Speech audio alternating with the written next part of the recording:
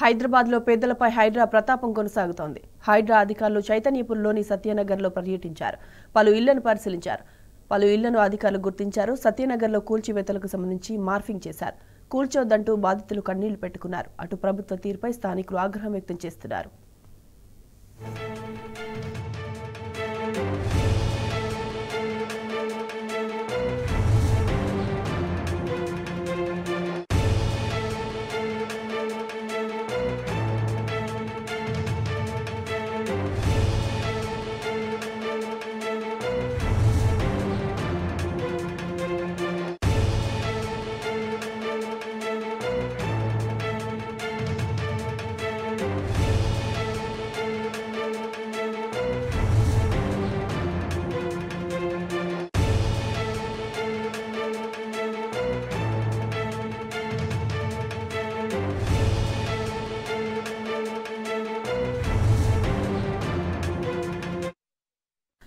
హైదరాబాద్లో పేదలపై హైడ్రా ప్రతాపం కొనసాగుతోంది. హైడ్రా అధికారులు చైతన్యపురంలోని సత్యనగర్లో పర్యటించారు.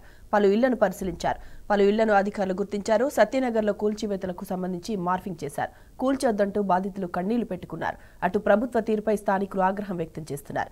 ఇక ఇదే అంశానికి సంబంధించిన పూర్తి డీటెయిల్స్ మా ప్రతినిధి గణేష్ అందిస్తారు. గణేష్, చెప్పండి, చైతన్యపురి సత్యనగర్ వాసులు హైడ్రా తీరుపై ఏమంటున్నారు? వాళ్ళ డిమాండ్స్ ఏంటి?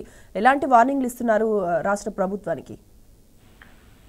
మనవి నిన్న 2 రోజుల నుంచి చూసుకున్నట్లయితే మూసీ పరివాహక ప్రాంతంలో ఏదైతే ఎంఆర్డీసీఎల్ ఆధ్వర్యంలో ఒక కమిటీని ఏర్పాటు చేయడం జరిగింది. వారంతా కూడా 4 బృందాలుగా వీరందరూ కూడా వెళ్ళడం జరుగుతుంది.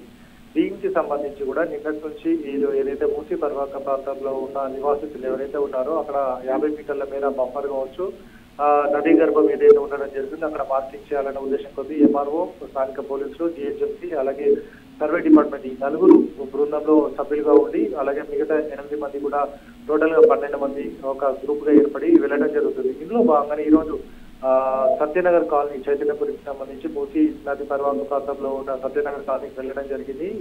ఇక్కడ జనప్రియ అపార్ట్మెంట్ కు సంబంధించిన వారు ఉన్నారు, అలాగే పట్టా ల్యాండ్స్ లో వారు ఉన్నారు. వీరంతా కూడా ఎందుకు అని అంటే నిన్న ఏదైతే మీవుడి మున్సిపల్ అడ్మినిస్ట్రేషన్ నుంచి మూసీ పరివాహక ప్రాంతంలో ఎవరైతే నివాసాన్ని కోల్పోతున్నారో వారికి డబుల్ బెడ్రూమ్లను కేటాయిస్తామని చెప్పడం జరుగుతుంది.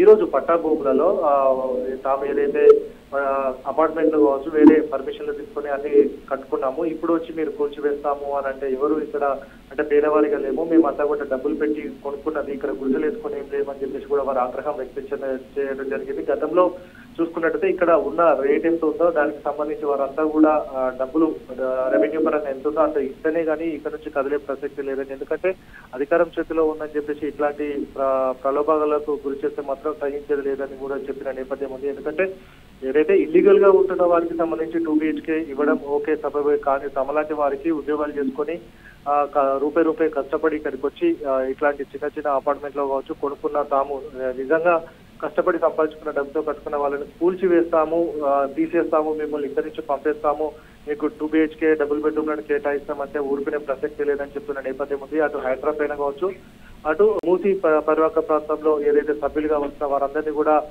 అటు గడ్డిపేట నుంచి వెళ్ళి కూడా ఇటు బోడుప ఏదైతే నాగోల్ ప్రాంతం వరకు మూసీ పరివాహక ప్రాంతంలో అంతా కూడా వీరు సర్వే చేస్తున్న నేపథ్యంలో కూడా ప్రతి చోట కూడా ఈ సర్వే బృందానికి కావచ్చు హైదరాబాద్ కి విరుద్ధంగానే వాళ్ళందరూ కూడా స్లోగన్స్ ఇవ్వడం జరుగుతుంది. గణేష్, ప్రధానంగా బాధితులు ఎలాంటి విజ్ఞప్తులు చేస్తున్నారు?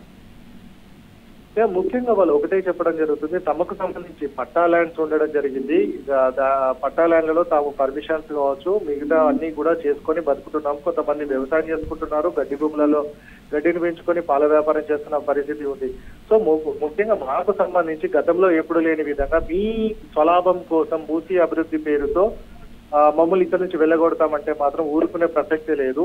గతంలో చూసుకున్నట్టయితే మూసీని అభివృద్ధి చేస్తామని కూడా అక్కడ ఎస్టీపీలు 34 ఎస్టీపీలు కట్టి మంచి వాటర్ని అందులో పంపించడం జరిగింది. కానీ మీరు మూసీ అభివృద్ధి పేరుతో ధ్వంసం చేస్తామంటే మాత్రం ఊరుకునే ప్రసక్తి లేదని చెప్పడం జరుగుతుంది.